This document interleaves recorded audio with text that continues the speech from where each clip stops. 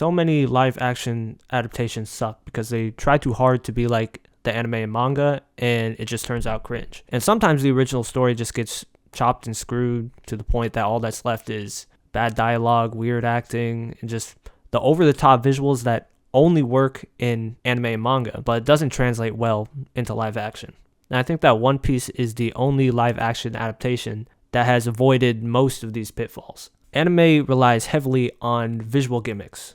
So like wacky hair, crazy clothes, Pinocchio noses, big people, small people, dead people, alive, whatever. It's an art form that pushes the boundaries of imagination. And I think that the One Piece live action translated all of Oda's visuals almost perfectly into live action. You know, the sets, the makeup, the wigs, the costumes, they all look fantastic. And the CGI was great as well. I mean, I was sus about Chopper at first. I didn't think he looked that great, nor the voice was just different than the anime. So I didn't know what to expect really. But I think as the episodes went on, I warmed up to Chopper's animation and his voice.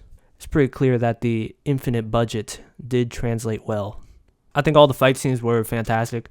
I really think that a good amount of energy was put into the fight choreography and making sure that each crew member has like the limelight at some point. That's something they carried over from the first season. Like all the fight scenes in it were pretty good. I think especially Zoro, like even in the first season as well, they had a good sense of what he would look like with the sword. And you know, this season even more in Whiskey Peak. But to fit the form of an 8-episode season in live action, hour episode each, like they're gonna have to condense so much. And this season, I think they hit all of the main points.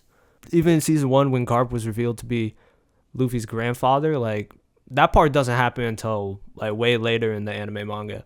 But it's nice, you know, they're introducing like Smoker and Tashigi, giving them some more screen time and like making sure that they stay relevant to the plot, you know. Also in season 1, they added the Usopp Kaya romance, which that was also interesting. I mean, there's nothing wrong with that one. They also correctly introduced some characters in hindsight, like Bartolomeo and Brook. Spoilers. Specifically Bartolomeo. They gave him a lot more screen time than I expected in the Loketown episode. They also introduced another character. Well, I guess they didn't introduce him yet, but I will not name this character yet for the live action enjoyers. No spoilers.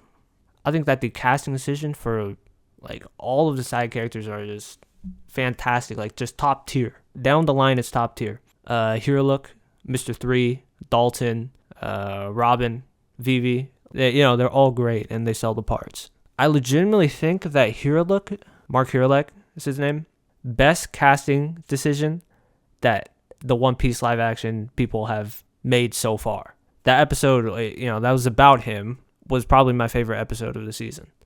When Does a Man Die? The Hiruluk episode was for sure the best, in my opinion. Unfortunately, I did think there were some iffy performances from some of the other side cast. Specifically, it's just Dr. Kureha and Igaram. I thought their acting was a little stiff, but I'm kind of just being nitpicky right now. It's just a lot of their lines didn't feel that natural. I'm Korea. Of course. Everyone knows no one loves tales of adventure like the people of Whiskey Peak. I just didn't believe it. It all just comes down to that. I didn't believe it. I think you could tell if it was a good casting decision if they get the laugh right. Like, the Dory and Brogy laughs were just perfect. The crazy laughs, also just like an anime special. But it worked pretty well here in the live action. So, I'm glad about that. Overall, I think the One Piece live action is more grounded in humanity. I think I read somewhere that Oda specifically wanted it to be more grounded in reality than and slowly introduce the fantastical aspects into the story. But I mean, I think he knows that the crazy expressions in anime are just not going to translate that well into live action. So it's a good shift, a very intentional that they made to make it more grounded in humanity. Because when we see people actually doing that instead of animated characters, it's just cringe, bro. It really is just cringe. In this season specifically, they toned down all of the character gimmicks. Sanji is way less pervy, and he's much more affectionate in the show. Like, there was a scene just him and Nami just having a heart-to-heart. Like, that never happened in the anime, you know, but, like, it works perfectly in that episode, you know? You know, that's how a regular live-action show would do it. You know, they did the same thing with Usopp and Zoro. They had, like, a little conflict and resolution. That didn't really change anything for the plot, but, like, it's all these, like, smaller character moments, talking to each other, you know, treating each other like friends, you know?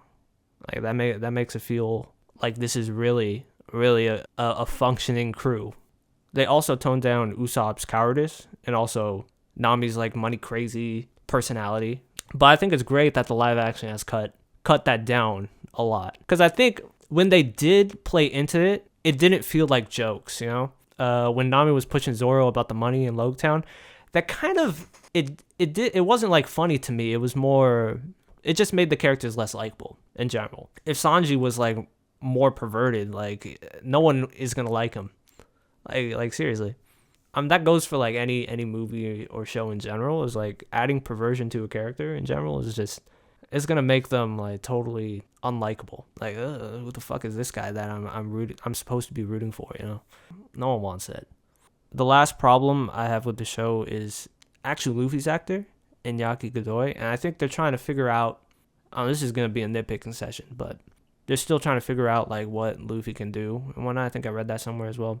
As it feels to me that Iñaki's performance it's just performative, you know? It doesn't feel genuine to me. Like, his performance is too aware.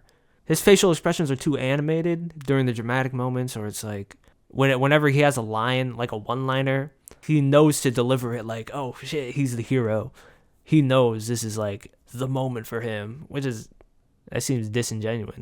When you're playing too much into the scene, when you're too aware of what it is. I don't know. I mean, I'm not much of an actor, but to me, it just didn't feel that genuine to me. Obviously, a character like Luffy is really hard to portray on screen. At the end of the day, I mean, it's kind of a show for kids, for teens, shonen, as they say.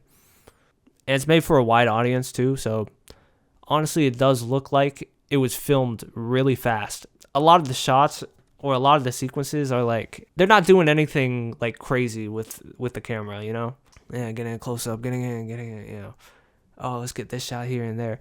And most of their energy is probably put into just the fight scenes and making sure that the CGI animation, like, lines up with the shot or whatnot. And so, you know, I think it's overall, it's fine. It's fine that it might be just a little cringe. You know, I've definitely seen anime movies and shows and stuff that are, like, way more cringe than this, and honestly, like, borderline unwatchable.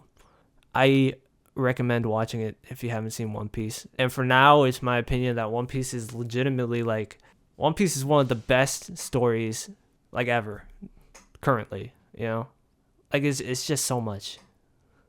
It's so great. Last name.